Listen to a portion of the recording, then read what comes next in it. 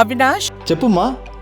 దగ్గరలో ఉన్న మెడ్ప్లస్ కు వెళ్ళి మెడ్ప్లస్ బ్రాండ్ మెడిసిన్స్ అని అడిగి కొనుక్కునరా. అక్కడ 50 to 80% తగ్గింపుకు వస్తుంది. మీరు తీసుకునే అదే మందులు, అదే నాణ్యమైన మందులు, కానీ సగం ధరకే.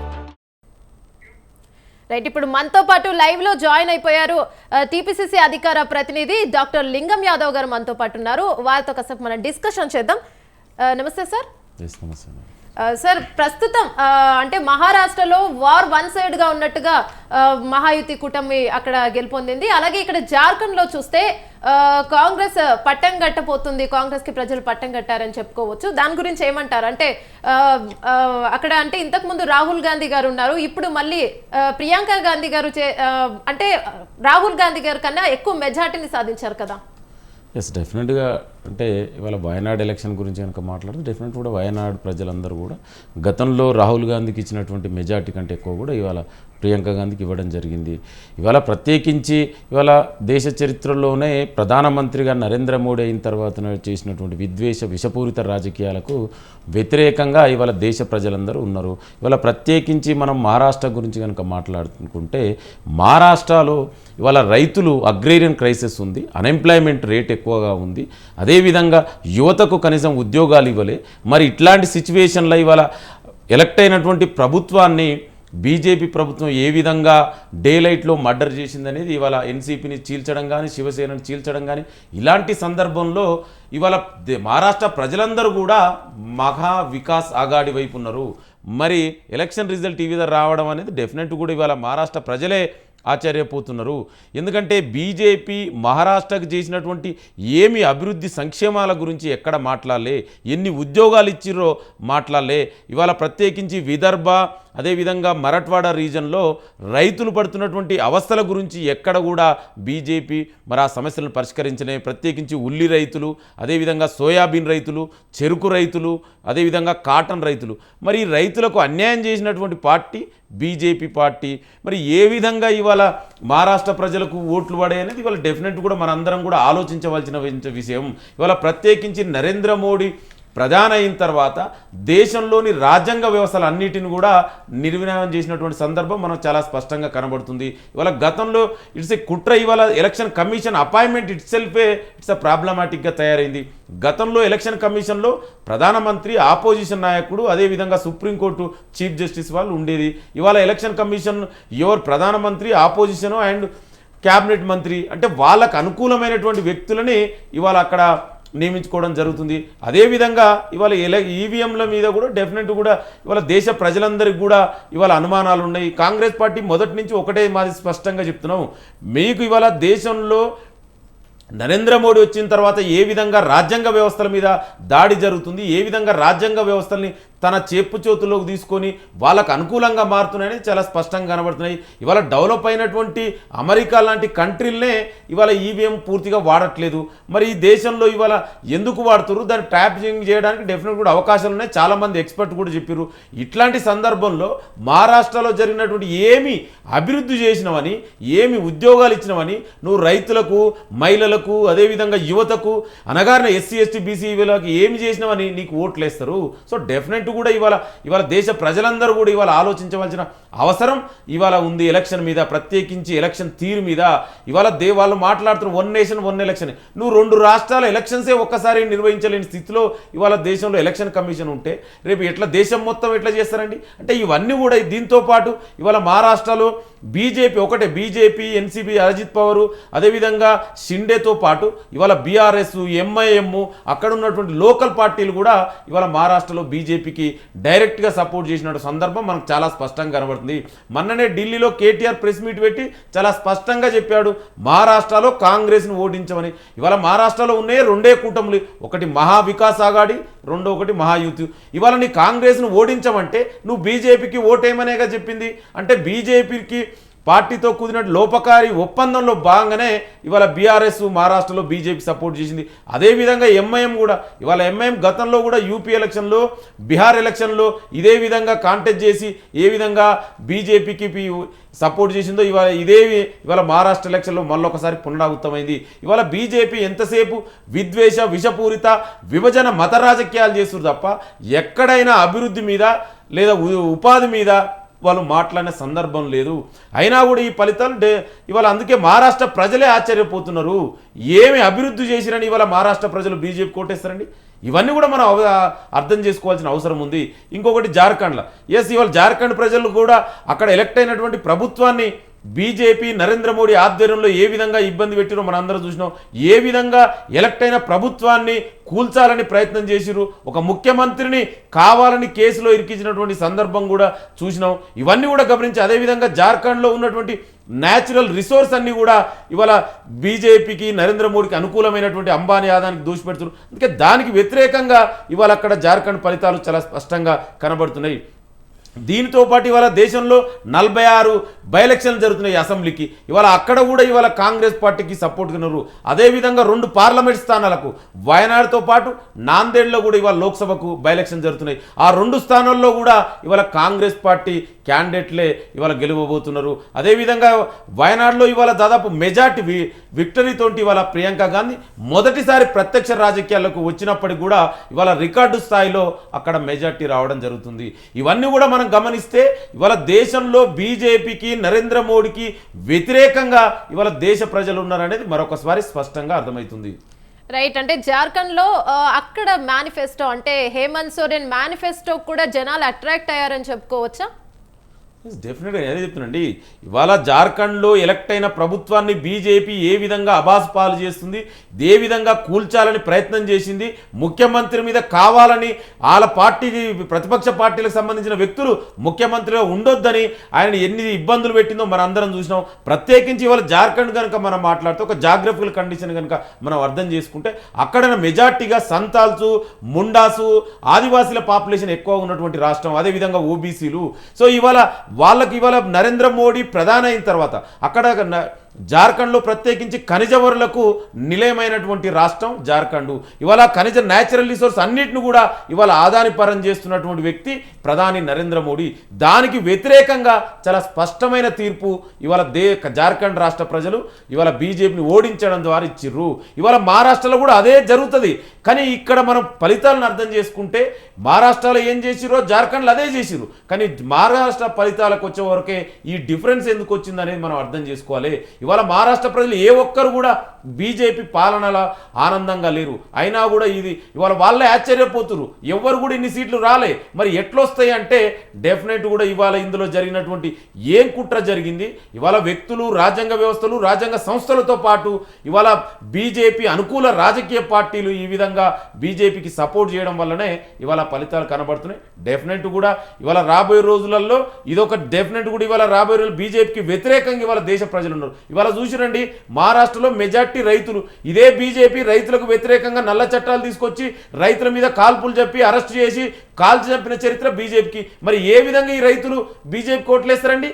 ఇవన్నీ కూడా చాలా స్పష్టంగా అర్థమవుతున్నాయి. అంటే ఏదో జరుగుతుంది. ఇవాళ అదే చెప్తున్నా, ప్రపంచంలో అభివృద్ధి చెందిన ఏ దేశాలలో కూడా ఇవాళ ఈవీఎం వాడతలేరు.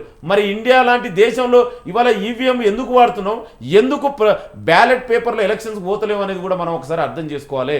డెఫినెట్ కూడా ఇవాళ జరుగుతున్నటువంటి బీజేపీకి వ్యతిరేకంగానే ఈ ఫలితాలుగా మనం చూడొచ్చు తప్ప ఎక్కడ కూడా బీజేపీకి అనుకూలమైనటువంటి ఫలితాలు ఇవి కాదని చాలా స్పష్టంగా మనకు అర్థమవుతుంది.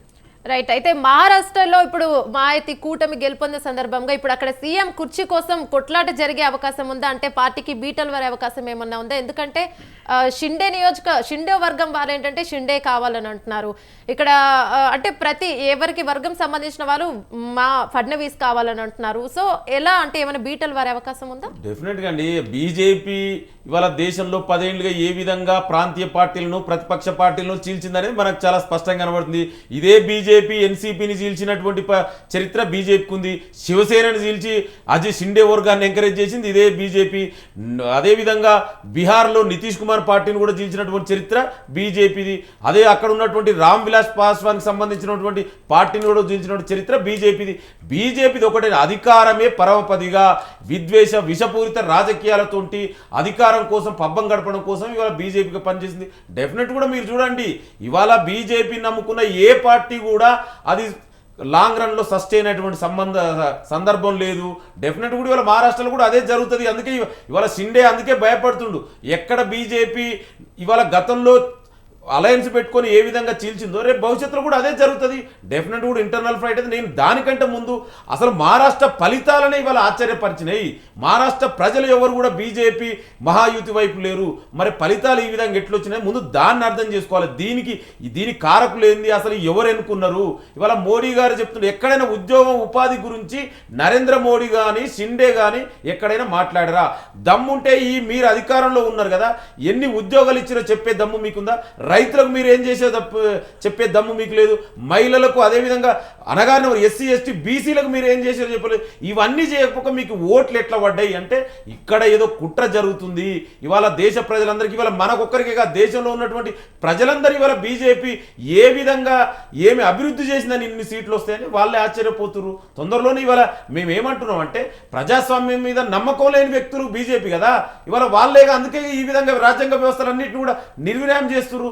తొందరలోనే ఇవన్నీ కూడా బయటకు వస్తే దేశ ప్రజలందరికీ నేను బీజేపీకి ఒకటే డిమాండ్ చేస్తున్నా, మీరు నిజంగా ఫేర్ అండ్ ఫ్రాంక్ ఎలక్షన్ పోవాలనుకుంటే బ్యాలెట్ పేపర్ ద్వారా మీరు ఎలక్షన్ పోండి. అప్పుడు ప్రజల మద్దతు ఎవరుకుందో తెలుస్తుంది కదా. మీరు ఏం చేసిరో చెప్పండి.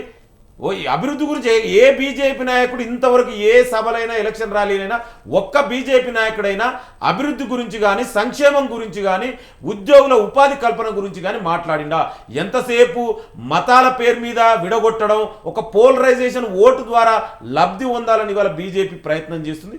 దానిలో భాగంగానే ఇవాళ మహారాష్ట్ర ఎలక్షన్ మనం అర్థం చేసుకోవచ్చు. రైట్. అయితే మొన్న మనం ఏపీ ఎన్నికలలో కూడా చూసాము, ఈవీఎంలో ట్యాంపింగ్ జరిగిందని చెప్పి కూడా హైకోర్టు వరకు వెళ్ళారు. ఇది బయటకు వచ్చింది. అయితే మళ్ళీ ఇక్కడ కూడా ఇప్పుడు ఈవీఎంలు పక్కన పెట్టి బ్యాలెట్ పేపర్ల త్రూ వెళ్దామని ఎప్పుడైనా గవర్నమెంట్ ఆలోచన ఎందుకు చేయట్లేదు ఇప్పుడున్న గవర్నమెంట్? నేను అదే చెప్తున్నాను. ఇవాళ మా నాయకుడు కూడా ఇవాళ కాంగ్రెస్ పార్టీ విధానం కానీ మా నాయకుడు రాహుల్ గాంధీ విధానం కానీ దేశవ్యాప్తంగా ఒకటే డిమాండ్ చేస్తున్నాం. ఇవాళ మీరు దేశంలో ఫ్రీగా ఎలక్షన్స్ జరగాలంటే, ఇవాళ ప్రజలకు ప్రజాస్వామ్యం మీద నమ్మకం కలగాలంటే మీరు బ్యాలెట్ పేపర్ ద్వారా ఎలక్షన్ పోండి. ఇవాళ మేము ఒకటే అంటే ఇవాళ ఒక దగ్గర గెలిచినవనో ఓడినవనే విషయం కాదు. మా స్టాండ్ ఒకటే ఉంది మొదటి నుంచి. ఇవాళ ఈవీఎంల మీద చాలా మందికి అనుమానాలు ఉన్నాయి. ఇవాళ నిపుణులు కూడా ఇవాళ దాని మీద అనుమానాలు వ్యక్తం చేసిరు. హ్యాకింగ్ చేయడానికి అవకాశం ఉంది. ఇవాళ దేశంలో అదే చెప్తుండే ప్రపంచంలోనే అత్యంత అభివృద్ధి చెందిన దేశాలైనటువంటి అమెరికా లాంటి దేశంలోనే పూర్తిగా ఈవీఎం మొన్ననే జరిగిన ఎలక్షన్స్ జస్ట్ హార్డ్లీగా మంత్స్ కూడా కాలే. ఇవాళ అక్కడనే ఈవీఎం పూర్తిగా అక్కడ వాడట్లేదు. మరి ఇండియా లాంటి దేశంలో అవసరమా? ఇవాళ అందుకే ఇవాళ దాని మీద రిఫార్మ్ జరగవలసిన అవసరం ఉంది. నేను ఇంకోటి ఇంతకుముందుకే గతంలో చెప్పినట్టు ఎలక్షన్ కమిషన్ ఇవాళ appointment it self is a problem ఉంది. ఎందుకంటే గతంలో ఎలక్షన్ కమిషన్ని నియమించేటప్పుడు ప్రతిపక్ష పార్టీ నాయకుడితో పాటు సుప్రీంకోర్టు చీఫ్ జస్టిస్ కూడా అందులో మెంబర్ ఉండేది. కానీ ఇవాళ సుప్రీంకోర్టుని తీసేసి కావాలని ప్రధానమంత్రి క్యాబినెట్ మంత్రి ఇద్దరు ఆపోజిషన్ నాయకుడికి విలువ లేకుండా చేసి ఇద్దరు తనకు అనుకూలమైన వ్యక్తులను నియమించుకోవడం ద్వారానే అక్కడనే ఇవాళ ఎలక్షన్ కమిషన్ అపాయింట్ చేయడంలోని ఇవాళ కుట్ర మనకు కనబడుతుంది. సో ఇవన్నీ సమస్యలు ఉన్నాయి. అందుకే ఇవాళ దేశంలో ఎలక్షన్లో ప్రజాస్వామ్యం మీద ప్రజాస్వామ్యవాదు ప్రజలందరూ కూడా అనుమానాలు వ్యక్తం చేస్తున్నారు. ఇవాళ చూడండి, నీ మహారాష్ట్ర బెస్ట్ ఎగ్జాంపుల్. నువ్వు ఏమి చేసినవన్నీ నీకు ఇన్ని సీట్లు ఇస్తారు. ఇవాళ మహారాష్ట్ర ప్రజలే చెప్తున్నారు. ఇవాళ మహారాష్ట్ర ప్రజలు నాకు చాలామంది మిత్రులు ఇంతకుముందుకి ఇక్కడికి వచ్చే ముందు మాట్లాడితే వాళ్ళందరూ కూడా ఆశ్చర్యపోతున్నారు. ఎవరు ఎక్స్పెక్ట్ చేయండి ఎందుకు జరిగింది? ఇవాళ అక్కడ రైతులు ఆనందంగా లేరు, యువత ఆనందంగా లేరు, దళితులు ఆనందంగా లేరు, అదేవిధంగా ఓబీసీలు బీజేపీకి సపోర్ట్గా లేరు, ఆదివాసులు బీజేపీ సపోర్ట్ లేరు, మైనార్టీలు బీజేపీ సపోర్ట్గా లేరు. మరి ఇంతమంది బీజేపీకి వ్యతిరేకంగా ఉన్నప్పుడు ఏ విధంగా బీజేపీకి ఇక్కడ ఈ విధంగా ఫలితాలు వస్తాయి అనేదే ఇవాళ అందరూ కూడా ఆశ్చర్యపోతున్నారు. అందుకే దీని మీద రిఫార్మ్ జరగవలసిన అవసరం ఉంది. ఇవాళ ఈ ఈవీఎం మిషన్ల మీద కూడా మనం ఒకసారి ఆలోచించవలసిన అవసరం ఉంది. ఎందుకంటే ఇదే విధంగా కనుక ముందుకు పోతే రాబోయే రోజులలో ప్రజాస్వామ్యమే ఇవాళ ప్రమాదంలో పడే ప్రమాదం ఉంది. కాబట్టి ఇవాళ అందుకే దానికి మహారాష్ట్ర ఎలక్షన్ బెస్ట్ ఎగ్జాంపుల్ ఇవాళ మనం అర్థం చేసుకోవచ్చు. డెఫినెట్ కూడా రాబోయే రోజులలో అందరూ కలిసి డెఫినెట్ కూడా ప్రజాస్వామ్యవాదులు రాజ్యాంగవాదులు ఈ దేశంలో ప్రజాస్వామ్యం నిలబడాలంటే డెఫినెట్ కూడా అందరూ కూడా ఇవాళ ఏదైతే కాంగ్రెస్ పార్టీ డిమాండ్ చేసిందో దానికి అనుకూలంగా అందరూ కూడా గొంతెత్తవలసిన అవసరం ఇవాళ సందర్భం కూడా వచ్చిందనేది మనం ఒకసారి అర్థం చేసుకోవాలి. అయితే ప్రియాంక గాంధీ నాయకత్వ బాధ్యతలను కాంగ్రెస్ పార్టీ అప్పగించే అవకాశం ఉందంటారా? ప్రియాంక గాంధీ గారు గతంలో నుంచి చాలా మంది కూడా కాంగ్రెస్ పార్టీలు నాయకులు అభిమానులు కూడా చాలా మంది సందర్భాల్లో అడిగిరు కాంటెస్ట్ చేయమని. ఇవాళ మొదటిసారిగా ప్రియాంక గాంధీ గారు ప్రత్యక్ష రాజకీయాల్లోకి వచ్చారు. డెఫినెట్ కూడా ఇవాళ ప్రియాంక గాంధీ గారు రాబోయే రోజుల్లో డెఫినెట్ కూడా మంచి పాత్ర కీలక పాత్ర పోషిస్తారు. కానీ మా నాయకుడు రాహుల్ గాంధీ ఉన్నారు. రాహుల్ గాంధీ గారికి చేదోడు వాదోడుగా ప్రియాంక గాంధీ కూడా ఉంటారు. ఇద్దరు కలిసి ఈ దేశంలో నరేంద్ర మోడీ పాసిస్ట్ విధానాలకు వ్యతిరేకంగా పోరాడతారు. ఈ నియంతృత్వ పాలనను బీజేపీ నియంతృత్వ పాలనను గద్దదించడంలో ప్రియాంక గాంధీ కూడా రాహుల్ గాంధీకి సపోర్ట్గా అందరు కలిసి పనిచేస్తారు. ఇవాళ ఇది కాంగ్రెస్ పార్టీ ఒక డెమోక్రసీని నమ్మే పార్టీ. ఎవరైనా చిన్న పెద్ద అందరూ కలిసి ఇవాళ కాంగ్రెస్ పార్టీ, ఇవాళ మా నాయకుడు జాతీయ అధ్యక్షుడు ఒక దళిత సామాజిక వర్గానికి సంబంధించిన వ్యక్తి, అందరూ కలిసి డెఫినెట్ కూడా ఏ విధంగా బీజేపీ అనుసరిస్తుంది, ఈ దేశ సంపద అంతా కూడా అంబానీ ఆదానికి దోషి పెడుతురో దానికి వ్యతిరేకంగా ఇవాళ అందరూ కూడా కాంగ్రెస్ పార్టీతో పాటు మిగతా సామాజిక వేత్తలు అందరూ కూడా ఇవాళ కలిసి రావాల్సినటువంటి అవసరం ఉంది. డెఫినెట్ కూడా రాబోయే రోజుల్లో ప్రియాంక గాంధీ మంచి రోల్ పోషిస్తారు. అందరూ ఎవరికి కూడా ఎలాంటి డౌట్ అవసరం లేదు. రైట్. అయితే ప్రాంతీయ పార్టీల మనుగడ ఎలా ఉండబోతుంది అంటారు? డెఫినెట్ అండి. ఇండియా ఇట్స్ కోఆపరేటివ్ ఫెడరలిజం అండి. ఇండియా అంటే మన అందరికీ తెలిసి ఇక్కడ ఉన్నటువంటి భిన్న సంస్కృతులు, భిన్న సంప్రదాయాలు, భిన్న ప్రాంతాలు. డెఫినెట్ కూడా ప్రాంతీయ పార్టీలో కూడా ఎప్పుడు కూడా యాజ్ ఏ స్కాలర్గా ప్రాంతీయ పార్టీలు ఈ దేశంలో ఎప్పుడు కూడా ప్రమాదం లేవండి. డెఫినెట్ కూడా ఏదైనా వచ్చినా కూడా తర్వాత ఈ దేశంలో ప్రాంతీయ పార్టీలు భాగం అయిపోయినాయి. ఎందుకంటే మనం కనుక చరిత్ర చూసుకుంటే 1970s నుంటే ఈ దేశంలో ప్రాంతీయ పార్టీలు అవా నడుస్తుంది. ఎక్కడ కూడా ప్రాంతీయ పార్టీలు నేను ఏమంటున్నా అంటే ఇవాళ ప్రాంతీయ పార్టీలు జాతీయ పార్టీలు అని కాదు. ఇవాళ బీజేపీ వచ్చిన తర్వాత అసలు ఈ దేశంలో ప్రజాస్వామిక పార్టీలను ప్రతిపక్ష పార్టీలు లేకుండా చేయాలనుకుంటారు కదా, దానికి వ్యతిరేకంగా పోరాడవలసిన అవసరం ఇప్పుడు ఎంతైనా ఉంది. ఇవాళ మనం చూసినాం ఇదే బీజేపీ కాంగ్రెస్ పార్టీ అసలు ఈ దేశంలో లేకుండా చేయాలనుకున్నారు. మరి అదే కాంగ్రెస్ పార్టీ ఇవాళ దేశంలో లోక్సభలో ప్రతిపక్ష పార్టీగా ఇవాళ అవతరించింది. మా నాయకుడు రాహుల్ గాంధీ గారు ప్రతిపక్ష నాయకుడు ఉన్నారు. ఇవాళ ఎన్నో పార్టీలను చీల్చి ప్రాంతీయ పార్టీలు లేకుండా చేయాలనుకున్నారు. ఇవాళ ప్రాంతీయ పార్టీలు నిలబడాలన్నా, ఇవాళ ప్రజాస్వామ్యాలు ఈ దేశంలో నిలబడాలన్నా, రాజ్యాంగబద్ధంగా ఈ దేశంలో పరిపాలన జరగాలన్నా అదొకటి కాంగ్రెస్ పార్టీ ద్వారా మాత్రమే సాధ్యమైంది. ఇవాళ వీళ్ళని మాట్లాడుతున్న వ్యక్తులు మరి ఇదే కాంగ్రెస్ పార్టీ కూడా గతంలో ప్రాంతీయ పార్టీలు ప్రతిపక్ష పార్టీలు ఉండొద్దు అనుకుంటే ఇవాళ బీజేపీ లాంటి పార్టీలు ఉండేదండి? ఇవాళ ఇట్లాంటి పార్టీలు ఉండేది? ఇవాళ మేము అదే అంటున్నాం, ఎవరైనా ఉండొచ్చు ప్రజాస్వామ్యంలో రాజ్యాంగబద్ధం ప్రకారం డెఫినెట్ కూడా ఉండొచ్చు. ఇవాళ లేకుండా చేయాలనుకున్న వ్యక్తులకు ఇవాళ బుద్ధి చెప్పారు కదా.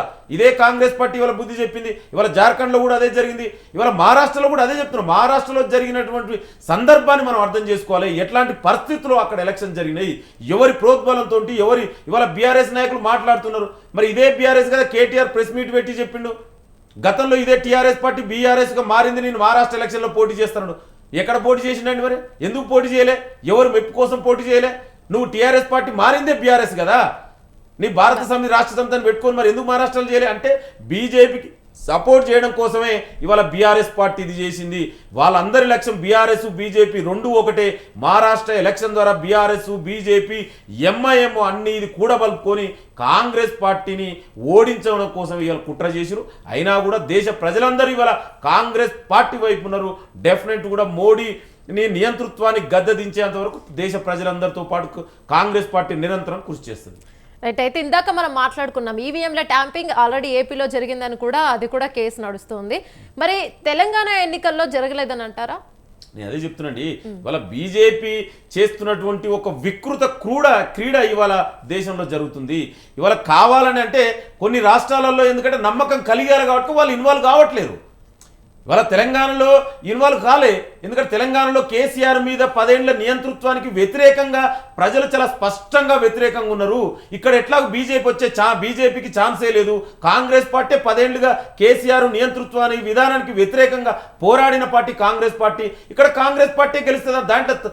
అందుకే ఎవరు కూడా అక్కడ ఏం చేయలేదు. అయితే ఎక్కడైతే కావాలనుకొని బీఆర్ఎస్ పార్టీ బీజేపీ కావాలనుకొని వాళ్ళకు అనుకూలం కొన్ని రాష్ట్రాలలో ఇది జరుగుతుంది. మేము ఇవాళ తెలంగాణ గెలిచినామనో లేదా మిగతా రాష్ట్రాల్లో ఓడిపోయినామని చెప్పట్లేదండి. మా నాయకుడు చాలా స్పష్టంగా ముందే చెప్పారు, ఎక్కడ జరిగినా మనకు ఈ దేశంలో బ్యాలెట్ ద్వారా ఎలక్షన్లు పెట్టడానికి ఇవాళ కాంగ్రెస్ పార్టీ డిమాండ్ చేస్తుంది. ఇవాళ హర్యానా జార్ఖండ్లో గెలిచినంత మాత్రంలో మేము ఈవీఎంలు మంచివంటలేమే. గతంలో ఇదే మొన్న జరిగినటువంటి హర్యానా ఎలక్షన్లో జమ్మూ కాశ్మీర్ ఎలక్షన్లో మేము అదే స్పష్టంగా చెప్పాం. మీకు బీజేపీ పార్టీకి ప్రజాస్వామ్యం మీద రాజ్యాంగం మీద నమ్మకం ఉంటే మీరు బ్యాలెట్ ద్వారా ఎలక్షన్స్ కొండి, అప్పుడు ప్రజలు డిసైడ్ చేస్తారు ఎవరైందనేది.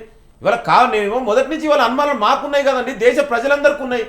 ఇవాళ మేధావులందరూ కూడా ఉన్నాయి, ఎక్స్పర్ట్స్ అందరూ కూడా చెప్తారు ఈవీఎంలు హ్యాక్ చేయడం సాధ్యమవుతుంది అని. ఇవాళ అందుకే బీజేపీ దానికి ఇవాళ సమాధానం చెప్పవలసిన అవసరం ఉంది.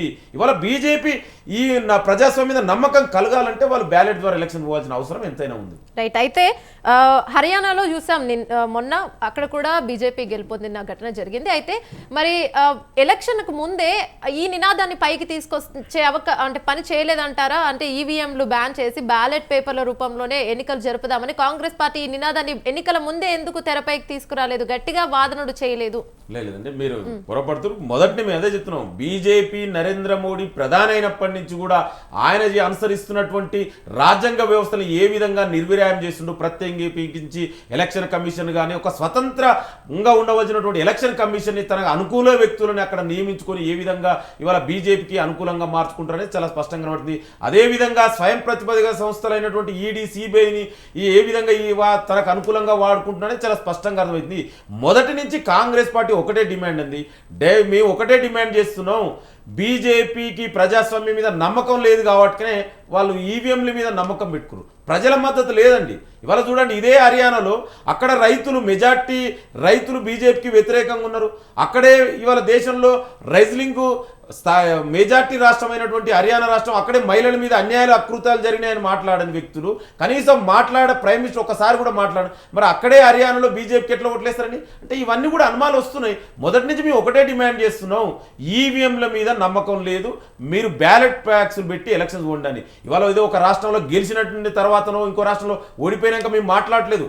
మేము మొదటి నుంచి మా స్టాండ్, మా నాయకుడు రాహుల్ గాంధీ గారు, మల్లికార్జున ఖర్గే గారు మొదటి నుంచి ఒకటే డిమాండ్, దేశంలో బ్యాలెట్ బ్యాక్స్ ద్వారా ఎలక్షన్ నిర్వహించాలి. అప్పుడే ఈ దేశ ప్రజలకు ప్రజాస్వామ్యం మీద నమ్మకం కలుగుతుంది. లేకపోతే ఇట్లా చేసి ఇవాళ నియంతృత్వానికి దారి తీసే విధంగా ఇవాళ నరేంద్ర మోడీ ఏ విధంగా ప్రవర్తిస్తుండో మనకు తెలుసు. ఇవాళ రాబోయే రోజుల్లో 1 నేషన్ 1 ఎలక్షన్ అంటున్నారు. అరే 2 రాష్ట్రాలలో ఒక సేమ్ డే ఎలక్షన్ కండక్ట్ చేయలేని ఈ ఎలక్షన్ కమిషన్ దేశం మొత్తంలో ఒకటే రోజు ఎట్లా ఎలక్షన్ కండక్ట్ చేస్తుందండి? అదే మళ్ళీ జమిలీ ఎలక్షన్స్ అంటున్నారు. That's what I am saying. 1 nation 1 election అంటే ఒక 2 రాష్ట్రాలలో ఉన్నటువంటి రాష్ట్రాలనే నువ్వు ఒక రోజు కండక్ట్ చేయలేకపోతున్నావు.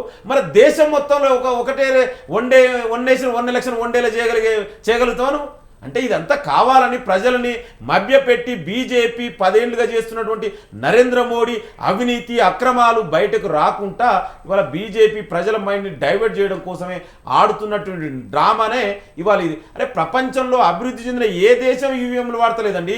అమెరికా లాంటిది దేశమే పూర్తి ఈవీఎంల మీద నమ్మకం పెట్టుకోలే, అక్కడ ఎందుకు బ్యాలెట్ బ్యాక్స్ వాడుతున్నారు? అందుకే ఇవాళ కావాలని బీజేపీ ఇవాళ ప్రజాస్వామ్యం మీద నమ్మకం ఉంటే బ్యాలెట్ ద్వారా ఎలక్షన్స్ పోవాలి. రైట్, లాస్ట్ 1 మినిట్లో ఫినిష్ చేయండి సార్. అంటే deputy CM, AP deputy CM Pawan Kalyan మహారాష్ట్రలో ప్రచారం చేసిన ప్రతి ఒక్క చోట కూడా భారీ మెజార్టీ వచ్చింది. అలాగే కాంగ్రెస్ నుంచి ఇక్కడ రేవంత్ రెడ్డి కావచ్చు, కాంగ్రెస్ గవర్నమెంట్ అక్కడికి డబ్బులు సరఫరా చేసింది అంటున్నారు.